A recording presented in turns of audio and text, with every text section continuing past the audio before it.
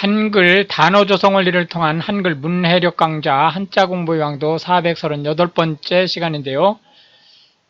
오늘 우리가 체크할 첫 번째 한자는 복이라는 의미의 록자가 되겠습니다. 복받다, 그럴 때 쓰는 복이라는 의미의 록자가 되겠는데요.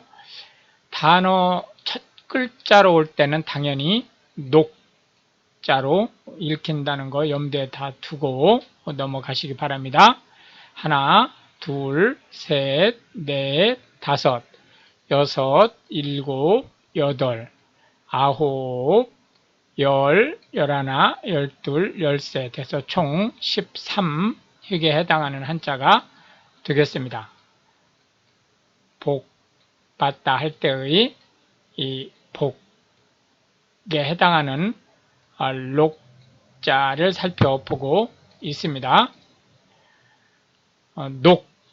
녹이라고 하는 것은 녹봉이라는 말의 준말이고 같은 의미를 가지고 있죠. 조선시대 때 관료들에게 주는 나라에서 주는 지금으로 말하면 이제 페이를 얘기하는 거죠. 사실은 이제 현대 한국어에서는 모든 공직에 있는 사람이 나라로부터 받는 페이를 녹 또는 녹봉이라고 얘기를 하지만 이제 당시로서는 일정 등급 이상의 관료들이 받는 것을 녹이라고 했었죠. 이 말이 복록이라고 지금 이제 거꾸로 녹봉을 거꾸로 하면 복록이 되죠. 라는 말로 함께 쓰이고 있다, 이렇게 보시면 되겠습니다. 복록 하면 복과 또 경제적 풍요로움을 함께 누리는 것을 얘기할 수 있겠고요. 관록이라고 하는 것은 특정 분야에 대해서 경험이나 연구한 결과가 많아서 권위가 있는 것을 얘기합니다. 해서 복이라는 의미의 록자에 대한 상대 개념으로는 화자, 재난이라는 의미의 화자를 들어보았습니다. 두 번째로 체크할 한자는 몽자가 되겠는데요. 어리다 라는 의미의 몽자가 되겠습니다. 어리다 라는 의미의 몽자는 원래 여기서 어리다 라고 하는 것은 나이가 어리다 라는 의미보다는 어리석다 라는 구어를 뜻하는 거죠.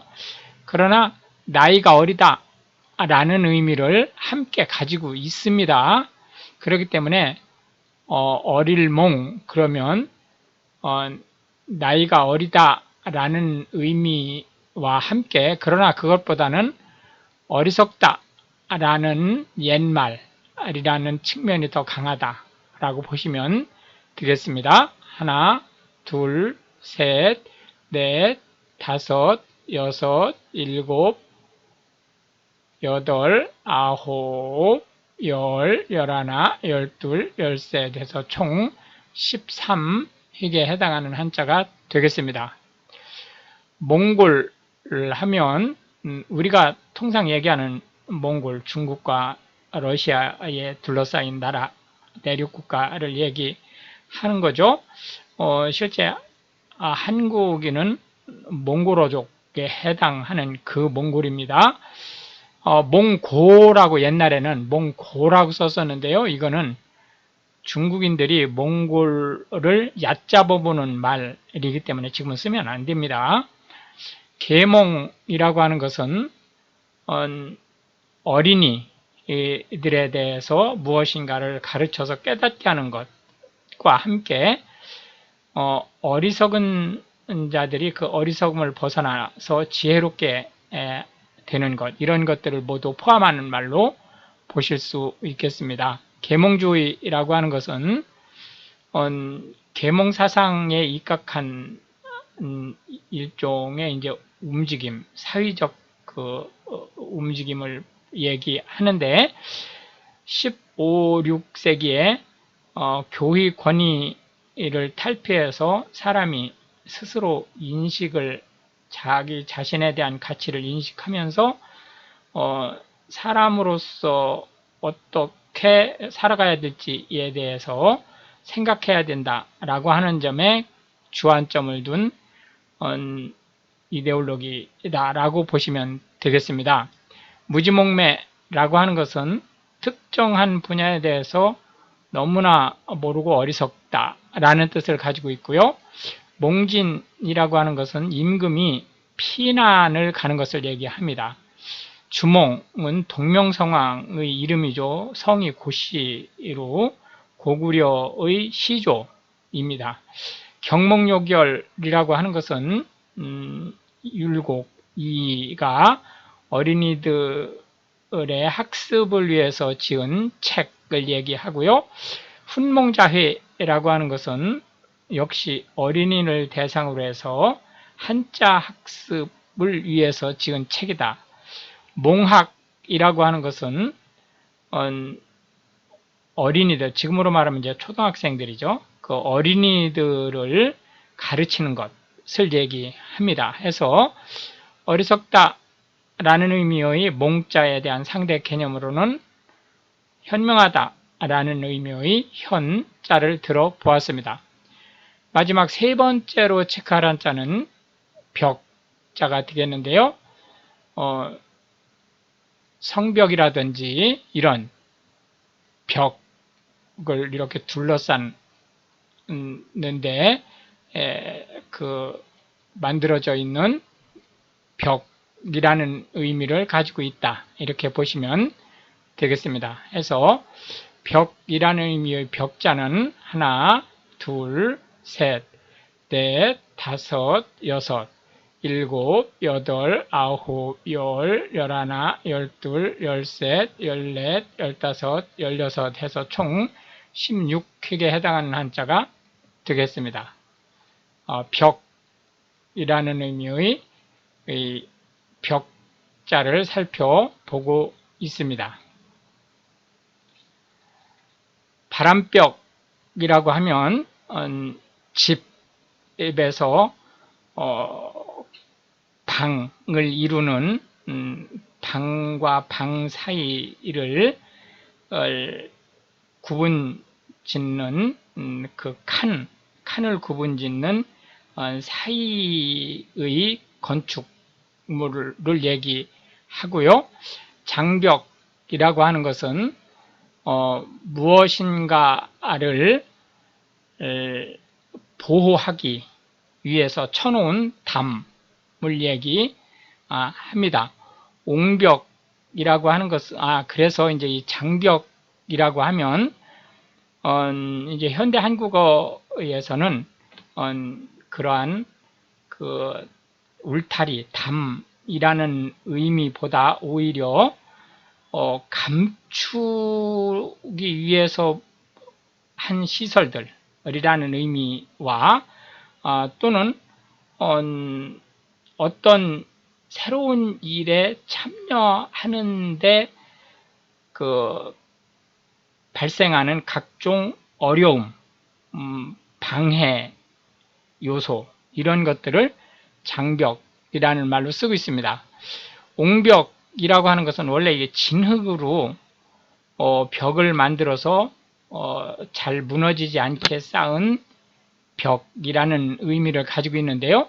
현대 한국어에서의 옹벽은 콘크리트와 철근을 이용을 해서 튼튼하게 지어진 벽을 얘기합니다. 즉 벽돌로 쌓은 벽의 반대말이라고 보시면 되죠. 절벽이라고 하는 것은 아주 가파르게 낭떠러지로 구성된 지형을 얘기합니다. 성벽이라고 하는 것은 성을 이루고 있는, 즉 그 성을 보호하고 다른 곳과 성 자체에 대한 구역을 경계를 나타내는 담장을 얘기하고요. 철벽이라고 하는 것은 요새의 그 담장이 쇠로 만들어졌다라는 뜻으로, 여기서 철벽은 진짜로 새로 만들어졌을 수도 있지만 새로 만들어졌다는 의미보다는 새로 만들어진 것만큼이나 뚫기가 어렵다, 공략하기 어렵다 라는 의미를 가지고 있습니다. 그래서 예를 들어서 축구를 하는데 철벽 수비를 한다라고 하면 공격수들이 도저히 뚫고 지나가기 어려울 정도로 탄탄한 수비력을 가지고 있다라는 의미를 가지고 있는 거죠.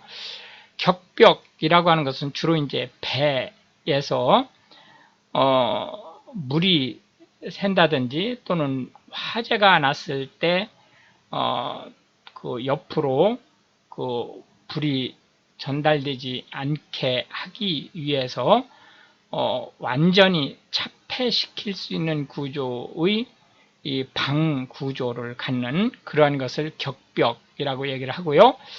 방화벽은 불이 일정한 건물에서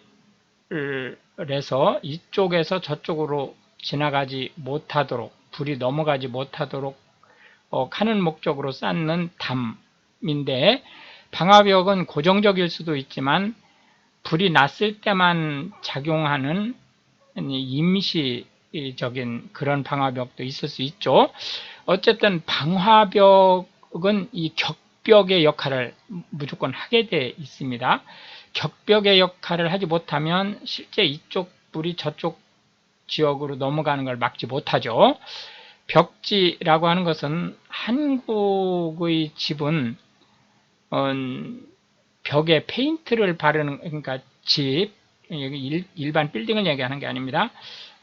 가정으로 쓰는 집에 그 벽을 페인트로 바르는 것이 아니고 주로 종이 또는 종이에 버금가는 그 재질로 도포를 하죠.